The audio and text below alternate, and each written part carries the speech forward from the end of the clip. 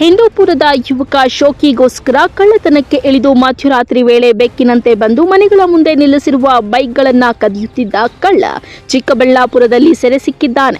ಚಿಕ್ಕಬಳ್ಳಾಪುರ ನಗರ ಪೊಲೀಸರು ರಾತ್ರಿ ಗಸ್ತು ತಿರುಗುತ್ತಿದ್ದ ವೇಳೆ ಬೈಕ್ ತಳ್ಳಿಕೊಂಡು ಹೋಗುತ್ತಿದ್ದ ಕಳ್ಳ ಪೊಲೀಸರನ್ನ ಕಂಡ ತಕ್ಷಣ ಸ್ಥಳದಲ್ಲೇ ಬೈಕ್ ಬಿಟ್ಟು ಎಸ್ಕೇಪ್ ಆಗಲು ಯತ್ನಿಸಿದ್ದ. ಅನುಮಾನದಿಂದ ಆತನನ್ನ ಹಿಡಿದು ವಿಚಾರಣೆ ನಡೆಸಿದಾಗ ಅಸಲಿ ಸತ್ಯ ಬಾಯಿಬಿಟ್ಟಿದ್ದಾನೆ.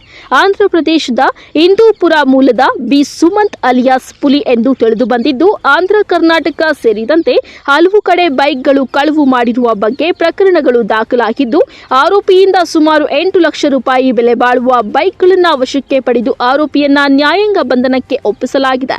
ಇನ್ನು ಕಳ್ಳನ ಟಾರ್ಗೆಟ್ ಆಂಧ್ರದ ಹತ್ತಿರವಾದ ಚಿಕ್ಕಬಳ್ಳಾಪುರ, ಗೌರಿಬಿದನೂರು, ದೇವನಹಳ್ಳಿ, ಬೆಂಗಳೂರು ನಗರಗಳನ್ನು ಆಯ್ಕೆ ಮಾಡಿಕೊಂಡಿದ್ದಾನೆ.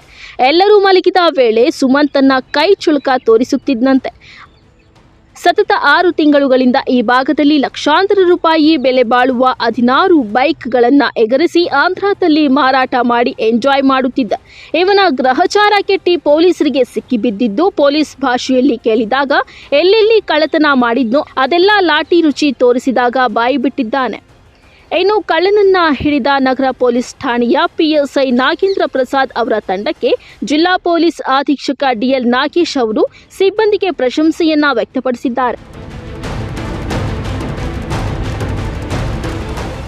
ಕಳವಾರ Arun, MM TV news, Chikkaballapur.